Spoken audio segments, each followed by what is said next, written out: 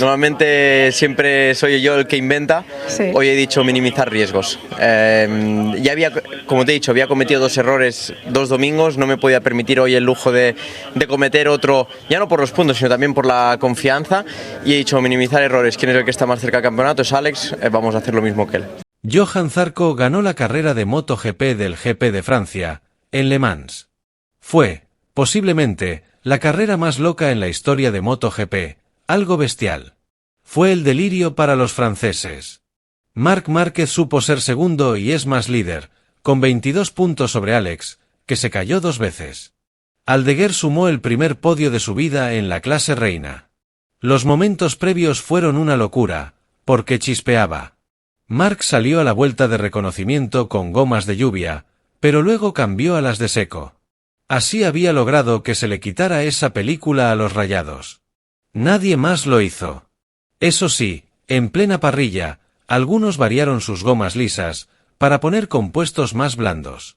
Todos arrancaron con blando y blando, salvo Binder, que fue con un medio delantero.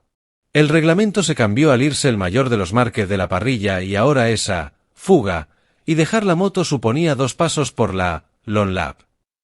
El octocampeón hizo un amago, y se levantó de su moto, pero para irse a ver de cerca el asfalto. La tensión se cortaba con un cuchillo. En la vuelta de formación, salió la bandera blanca, lo que permitía cambiar de moto. De hecho, Quartararo tuvo un susto. Todos vieron que llovía más, con lo que la dirección de carrera sacó la bandera roja y todo se paró. La carrera, ahora, se declaró en mojado, lo que permite cambiar de moto en cualquier momento. Salieron la nueva vuelta de formación con gomas rayadas. Hubo lío, varios fueron a parrilla y otros, a boxes a por la montura con gomas de seco. Con la configuración de mojado iban, Bagnaia, Miller, Rins, Marini, Zarco, Bastianini. Con las lisas, Marc, Alex o Quartararo, que tendrían una sanción de 2 long lap. En la salida, Quartararo se mantenía primero, delante de Marc Márquez y las Gresini.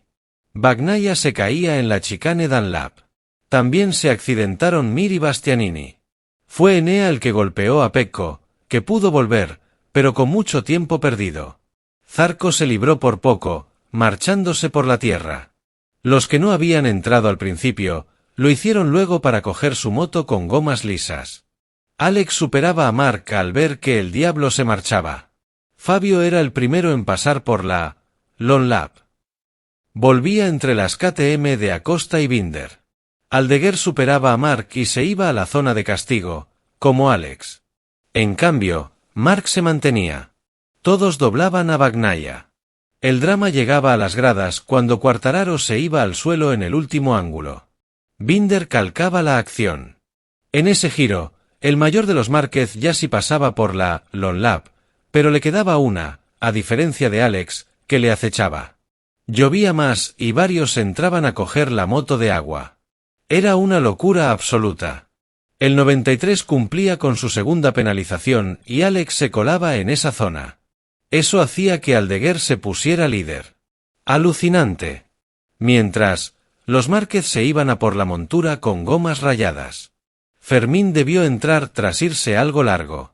Ya todos entraron. Costaba hasta saber quién mandaba después esas 9 vueltas de caos. La situación se aclaró, y hubo alegría para el graderío. Zarco mandaba con una Honda, con 5 segundos de renta sobre Oliveira. Marc era tercero, con Alex, cuarto. Acosta y Viñales, quinto y sexto, delante de Aldeguer. El del LCR no entró a variar de moto en ningún momento, como Nakagami. Los Márquez superaban con suficiencia a Oliveira, que vuelve tras su prolongada lesión en un hombro. Unos giros más tarde, Acosta también podía con el luso. Zarco se sentía en una nube y volaba. Ampliaba su ventaja y llegaba a mitad de carrera con 9 segundos de renta sobre Marc, que había alejado a Alex. Johan, en los días previos, proclamó que quería ir al equipo oficial de HRC en 2026. A costa de Luca Marini, que acaba contrato. Su reivindicación era rotunda. Cuando se cumplían 3/4 de carrera, jarreaba un poco más. Oliveira se caía poco después de ser adelantado por Aldeguer. El portugués salió por orejas en el viraje de entrada a meta. Fermín, al poco, rebasó a Viñales, que iba con una goma media trasera y sufría para darle temperatura. A falta de 5 giros, Alex Márquez se caía en la curva 2. Pudo volver, pero con la GP24 dañada, en el sexto lugar, delante del invitado Nakagami. Esto ponía en el podio virtual a Acosta, con su KTM. Alex se volvía a caer en la curva 11, se le fue de delante. Esta vez no pudo retornar a la acción. Su primer fallo del curso. A falta de 2 vueltas, Aldeguer pasó como un avión a Acosta. El duelo de murcianos se lo llevó Fermín. Pedro iba, como Maverick, con esa goma media que rendía peor. El del Gresini se llevaba su primer puesto de honor un domingo, tras el del sábado. Compartir en Telegram. Compartir en WhatsApp. Compartir por mail. Mostrar comentarios. 20. Moto 2 Manu González gana, con Canet en el podio. Moto 3 Rueda pesca en río revuelto en la batalla entre Muñoz y Kelso. Johan Zarco ganó la carrera de MotoGP del GP de Francia, en Le Mans. Fue, posiblemente, la carrera más loca en la historia de MotoGP, algo bestial. Fue el delirio para los franceses. Marc Márquez supo ser segundo y es más líder, con 22 puntos sobre Alex, que se cayó 2 veces. Aldeguer sumó el primer podio de su vida en la clase reina. Los momentos previos fueron una locura, porque chispeaba. Marc salió a la vuelta de reconocimiento con gomas de lluvia, pero luego cambió a las de seco. Así había logrado que se le quitara esa película a los rayados. Nadie más lo hizo. Eso sí, en plena parrilla, algunos variaron sus gomas lisas, para poner compuestos más blandos. Todos arrancaron con blando y blando, salvo Binder, que fue con un medio delantero. El reglamento se cambió al irse el mayor de los Márquez de la parrilla y ahora esa fuga, y dejar la moto suponía 2 pasos por la long lap. El octocampeón hizo un amago, y se levantó de su moto, pero para irse a ver de cerca el asfalto. La tensión se cortaba con un cuchillo. En la vuelta de formación, salió la bandera blanca, lo que permitía cambiar de moto. De hecho, Quartararo tuvo un susto. Todos vieron que llovía más, con lo que la dirección de carrera sacó la bandera roja y todo se paró. La carrera, ahora, se declaró en mojado, lo que permite cambiar de moto en cualquier momento. Salieron la nueva vuelta de formación con gomas rayadas. Hubo lío, varios fueron a parrilla y otros, a boxes a por la montura con gomas de seco. Con la configuración de mojado iban, Bagnaia, Miller, Rins, Marini, Zarco, Bastianini. Con las lisas, Marc, Alex o Quartararo, que tendrían una sanción de 2 long lap. En la salida, Quartararo se mantenía primero, delante de Marc Márquez y las Gresini. Bagnaia se caía en la chicane Dunlap. También se accidentaron Mir y Bastianini. Fue Enea el que golpeó a Pecco, que pudo volver, pero con mucho tiempo perdido. Zarco se libró por poco, marchándose por la tierra. Los que no habían entrado al principio, lo hicieron luego para coger su moto con gomas lisas. Alex superaba a Marc al ver que el diablo se marchaba. Fabio era el primero en pasar por la long lap. Volvía entre las KTM de Acosta y Binder. Aldeguer superaba a Marc y se iba a la zona de castigo, como Alex. En cambio, Marc se mantenía. Todos doblaban a Bagnaia. El drama llegaba a las gradas cuando Quartararo se iba al suelo en el último ángulo. Binder calcaba la acción. En ese giro, el mayor de los Márquez ya sí pasaba por la long lap, pero le quedaba una, a diferencia de Alex, que le acechaba.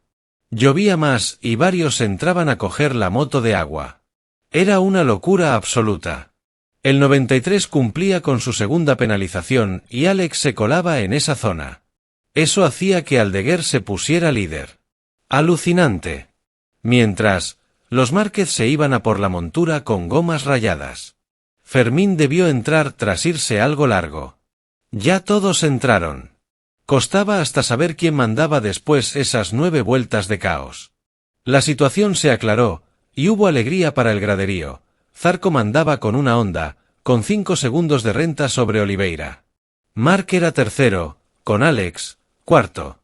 Acosta y Viñales, quinto y sexto, delante de Aldeguer. El del LCR no entró a variar de moto en ningún momento, como Nakagami. Los Márquez superaban con suficiencia a Oliveira, que vuelve tras su prolongada lesión en un hombro. Unos giros más tarde, Acosta también podía con el luso. Zarco se sentía en una nube y volaba.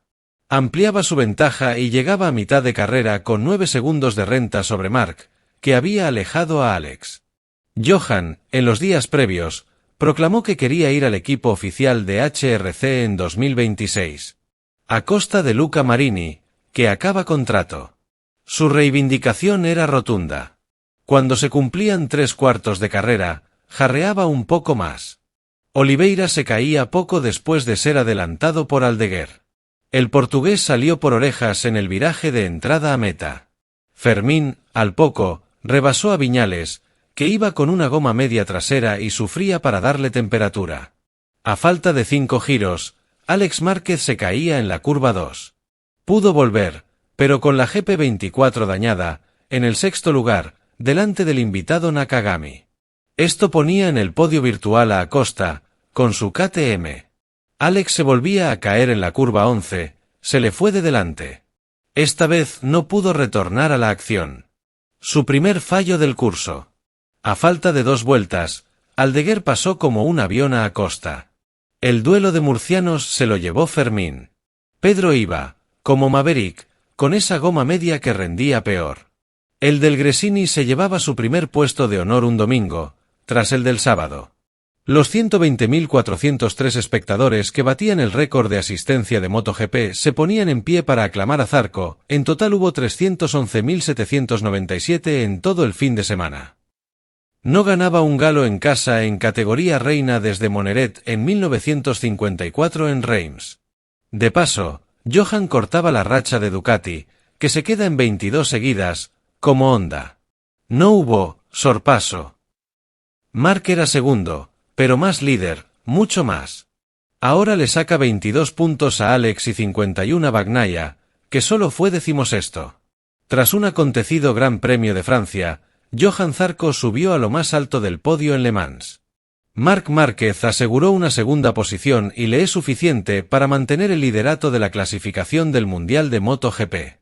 Por último, Fermín Aldeguer fue el encargado de cerrar el podio de esta gran carrera en el trazado francés. Para el menor de los Márquez, Alex, fue una carrera complicada tras caerse en 2 ocasiones en Le Mans, y se aleja del liderato de la clasificación. Tras el GP de Francia, Marc se coloca en un cómodo primer lugar en el Mundial, con 22 puntos de ventaja sobre su hermano y a 51 de Francesco Bagnaia. Accidentado y con imágenes dramáticas, como la de Alex Márquez en el GP de Francia. Marchaba tercero, tras Zarco y Marc Márquez. Una gran posición, cuando a falta de 5 vueltas para el final la moto le dio un trayazo en la chicane.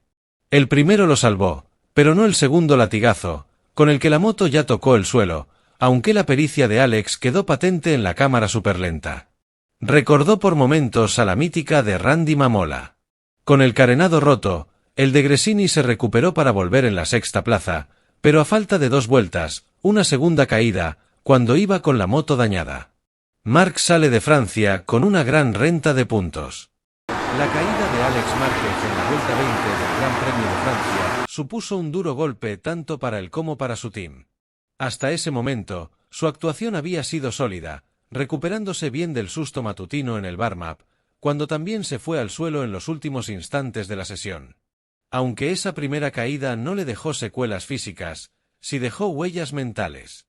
La tensión con la que se enfrentó a la carrera principal fue evidente desde las primeras vueltas, menos agresivo en los adelantamientos, más conservador en la entrada a las curvas, como si en el fondo supiera que cualquier error podía costarle caro. Aún así, Alex se mantuvo firme en la zona alta durante buena parte de la carrera.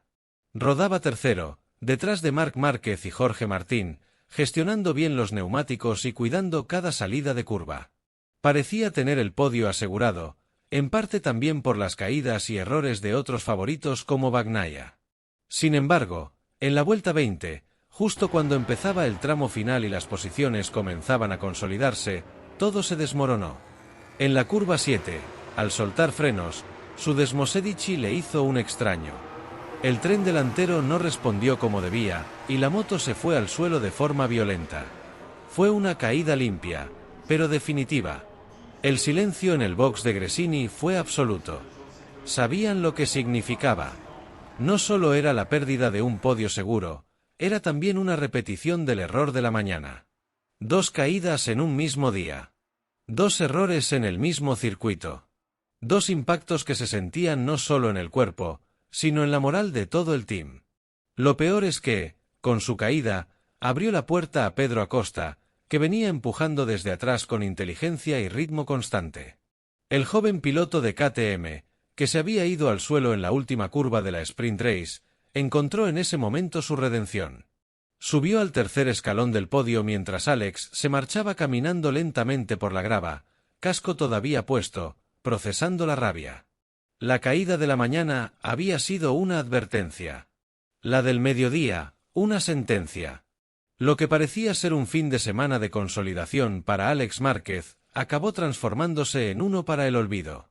El podio que había rozado con los dedos se le escapó por la misma razón que suele hacer grande o trágico a este deporte: una fracción de segundo, una duda mínima, una curva traicionera. Mientras tanto, Pedro Acosta celebraba su primer podio en seco en la categoría reina. Y Alex, lejos del podio y la fiesta, se sentaba con su equipo, intentando entender qué falló. Porque a veces, cuando el cuerpo vuelve a tocar el suelo 2 veces en un mismo día, lo más difícil no es levantarse, sino encontrar las respuestas.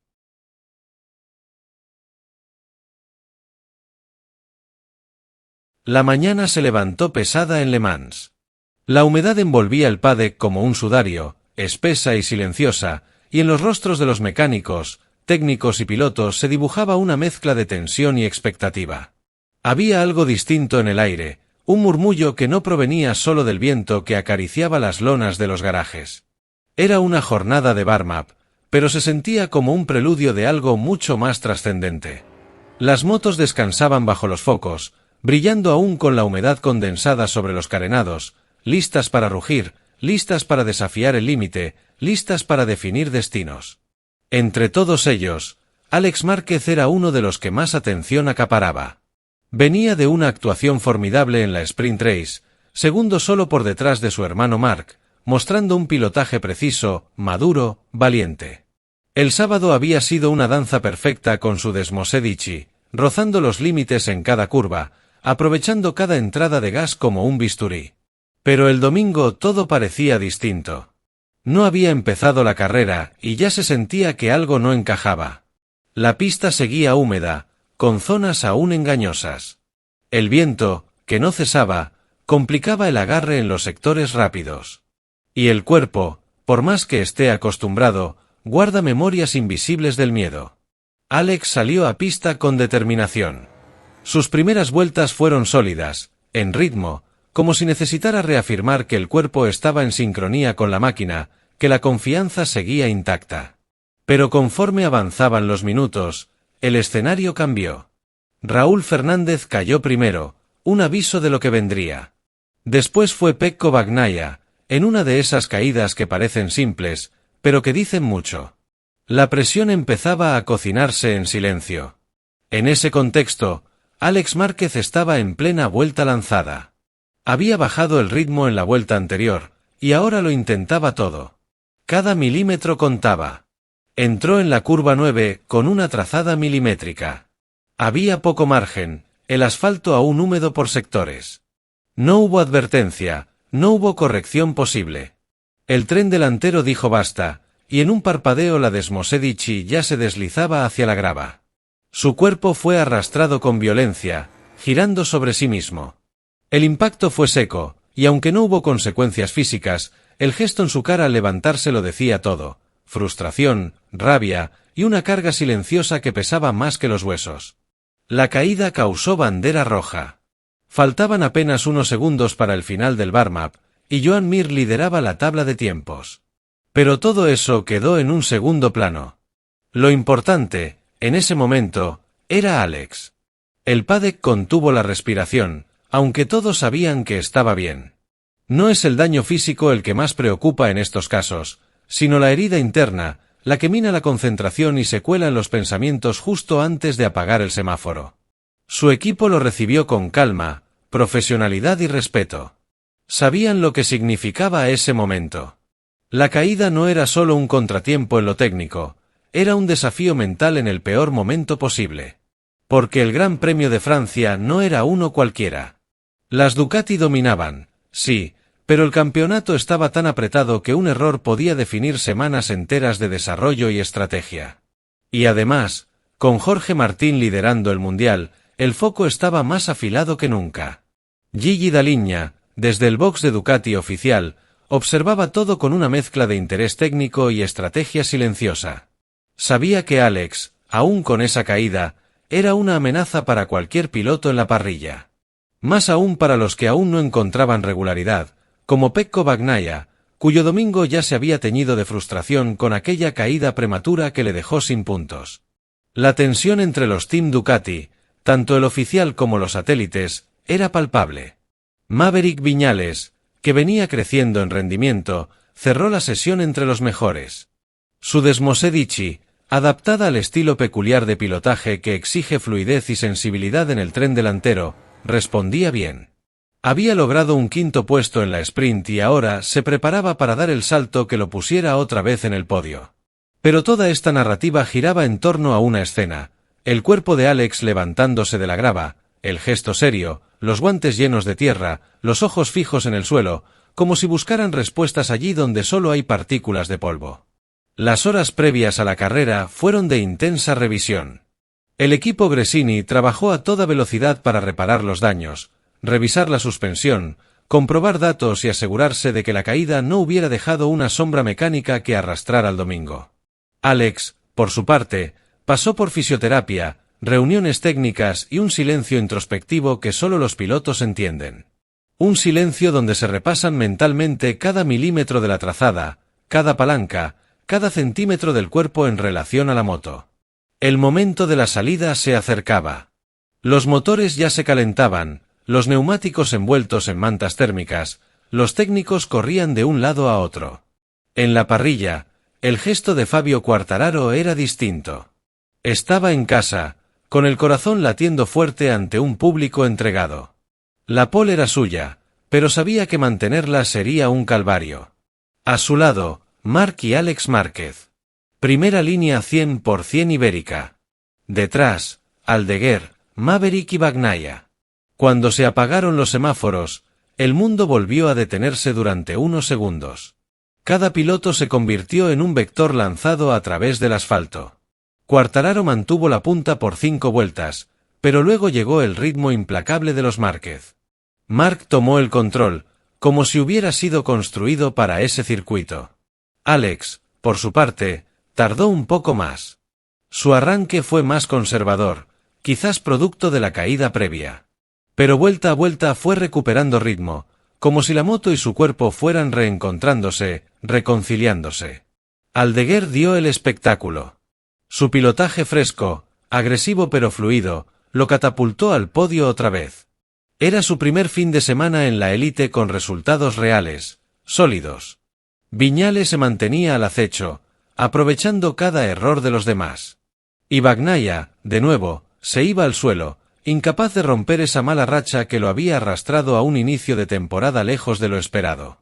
En medio de todo eso, la historia de Alex Márquez volvió a cobrar fuerza. Porque a pesar de la caída, del golpe, del susto, del miedo, logró remontar, recuperar, luchar. No fue su mejor carrera, pero fue quizás una de las más importantes de su trayectoria. Una carrera donde demostró que no necesita podios para mostrar su estatura como piloto. Una carrera donde, aún entre sombras, mantuvo la luz. Cuando terminó la jornada, el paddock bajó el ritmo. Las motos descansaban nuevamente. Los técnicos volvían a desmontar y analizar cada pieza. Pero en el box de Gresini, Alex se quitaba el casco con un gesto que mezclaba resignación y orgullo. Había cruzado una frontera invisible.